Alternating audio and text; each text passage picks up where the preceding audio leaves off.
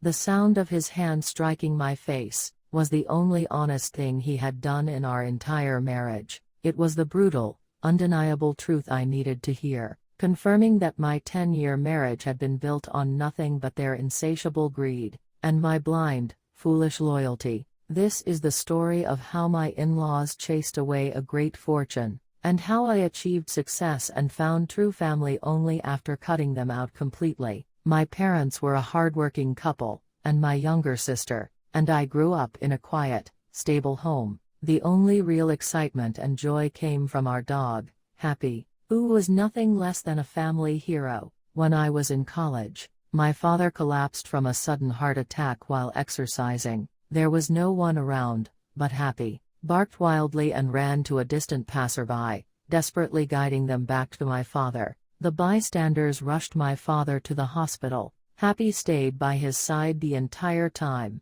Happy saved his life. He was a precious member of our family, not just a pet, and we loved him fiercely. Around age 30, I met Alex. He was charming, funny, and initially treated me wonderfully. Our life seemed perfect. We married and I was pregnant 2 months later. My new in-laws, Mrs. Lee, my mother-in-law, and her 2 younger daughters, Jenna and Mia, were ecstatic about the grandchild. The trouble started after my son was born and I quit my job to raise him. Mrs. Lee launched a campaign of constant emotional abuse disguised as concern. Every time we visited, she'd dramatically hold Alex's face in her hands, practically sobbing over how gaunt he looked, implying I was a terrible wife who was bankrupting her son. Look at my poor son, supporting the whole family alone. Why isn't Sora working? She'd wail. Jenna and Mia would chime in. Our friends' wives all contribute. He's aged so much, Auntie Sora. How long are you going to stay at home? My father-in-law, bless his soul, was the only one who ever took my side, erupting in anger at his wife and daughters. Why is Alex's struggle always the only issue? Is Sora not working hard? Raising a child alone is a full-time job. You have no right to speak when none of you have ever held a steady job. Go worry about your own lives. Sora worked for years before marriage. What's your excuse? He'd demand. His defense was my only sanctuary. I did want to work. I approached Mrs. Lee, who lived conveniently close, asking her to help watch my son for a few hours, so I could prepare for job interviews. She flatly refused, claiming the burden was too great, and that she had her own life to live. However, my own mother traveled a great distance to help me for 10 days, providing excellent care and managing our home, for which I paid her a small thank you. Mrs. Lee, upon hearing this, grew visibly jealous, and immediately offered to help next time, saying she couldn't stand the idea of my mother getting paid to help her grandchild. I was foolishly relieved. The nightmare began the moment I accepted. She would call me every 30 minutes, claiming a major crisis, forcing me to rush home. She exaggerated minor inconveniences, and once, she called hysterically, claiming my son was collapsing from hunger and distress. I flew to her house, only to find she had ignored the detailed feeding instructions I'd left, insisting that milk and simple rice would suffice. She hadn't even attempted to follow the schedule. When I confronted her, she simply threw up her hands. I can't handle him. He's too sensitive. I'm leaving. She abandoned him, and me, in the middle of the day. And my husband, Alex? He sided with his mother, calling me too hard on her and blaming me for our son's supposed sensitivity. He then gave his mother a hefty bonus for her trouble. Don't compare her to your mother, Sora, he lectured. A daughter's work is expected. In-laws are doing you a favor. Be grateful. And besides, he is quite a sensitive child. His arrogance was infuriating, but at least, the relentless demands for me to find a job quieted down for a time, as I was forced to accept that external help was not an option. 5 years into our marriage, we faced a heartbreaking loss. Our beloved dog, Happy, passed away after 14 years. Happy was the last link to the happy period of my early family life. I was devastated. For days, I couldn't eat or stop crying. One afternoon, Mrs. Lee called. I expected sympathy, or at least a health check. Her first words were a dagger. What's with the long face? It's just a dog. Anyone would think a family member died. I was shocked by her cruelty. I tried to explain that Happy was family, the dog who saved my father, but she scoffed. A dog is a dog. A person is a person. You are being too dramatic. Your husband is suffocating having to deal with your sadness. It's a waste of energy. Hearing her say this, knowing the full history of Happy, was a massive wound that went far beyond mere insensitivity. It showed a staggering lack of heart, respect, and loyalty to the animal that had saved my father's life. Worse, Alex had clearly been complaining to his mother about my sadness. When I confronted him, he dismissed my pain as overreacting and emotional hysteria, telling me to control my feelings because he was uncomfortable. Honestly, my mother is right, he shrugged. It's not like a person died. You need to pull yourself together. The warmth I'd felt for him was gone.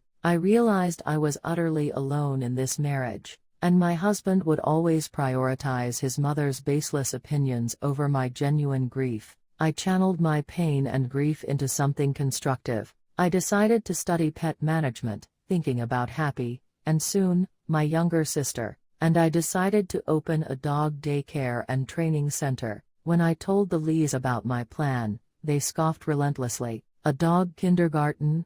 What a ridiculous waste of money. Give it to me instead. I'll make you more money, Mrs. Lee sneered. Jenna and Mia wrinkled their noses. Dogs shed and they smell. You're so unrealistic, Sora. That's money down the drain. Did you only get this idea because you owned one dog? Their open mockery only fueled my determination. I vowed to succeed just to shove it in their faces. With my sister's unwavering support, startup funds from my family, and a government loan, Alex didn't contribute a penny and actively discouraged me. We launched. I poured all my energy into creating a facility Happy would have loved. We offered top-tier care, specialized training, and a spotless facility, managing it all with extreme dedication. Within a year, the business exploded, the waitlist grew, and the profits soared, far exceeding my expectations. Suddenly, the Lee's attitude changed entirely.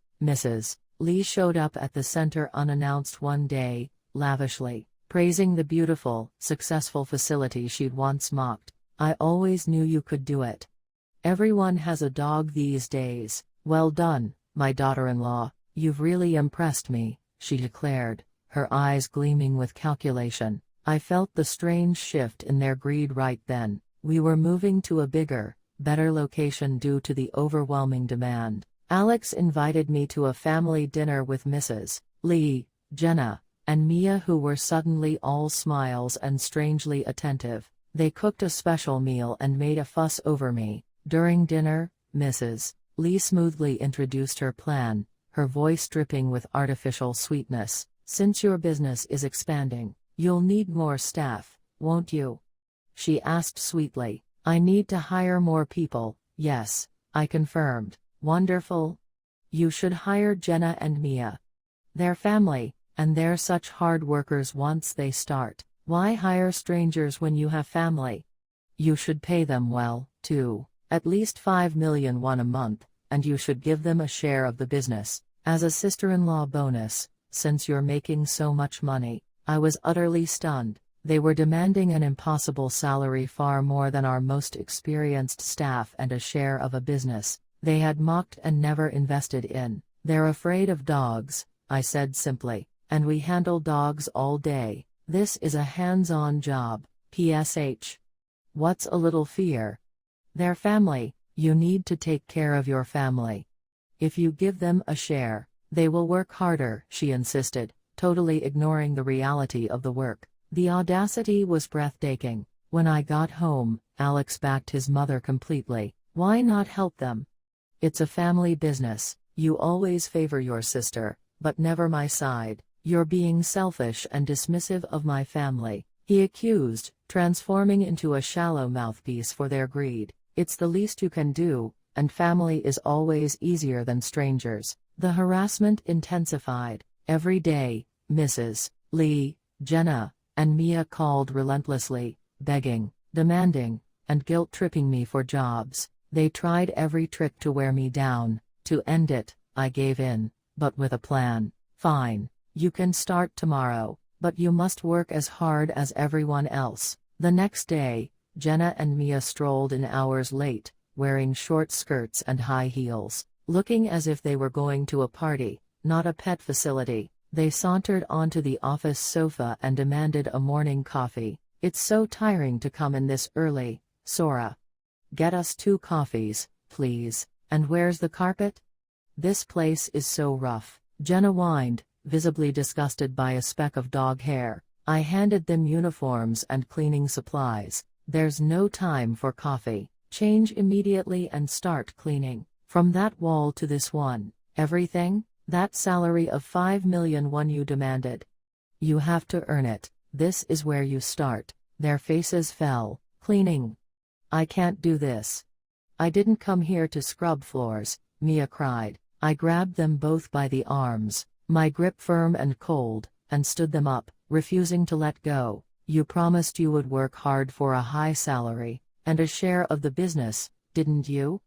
If you don't do it quietly, I will make you. You choose. They sulked, changed into the uniforms, and spent the entire morning complaining, whining about the smell, the dog mess, the hard work, and the loud barking. They were terrified of the dogs, screaming every time a friendly poodle approached. Around noon, I had a staff member check on them. They were gone. They had literally fled the facility without a word, running away from a job they'd begged for within half a day. That evening, Mrs. Lee stormed the facility, screaming at me for making her daughters scrubbed toilets. You embarrassed them.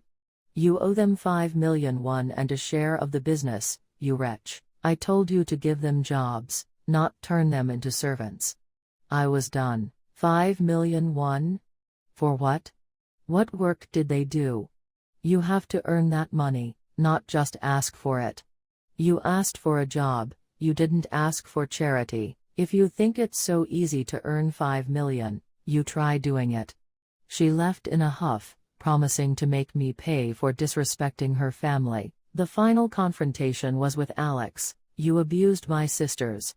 This is grounds for divorce. You always favor your side of the family. You're selfish. He yelled. Divorce? What about the 5 million your family demanded, the business share, and the years of emotional abuse? Who are you to threaten me?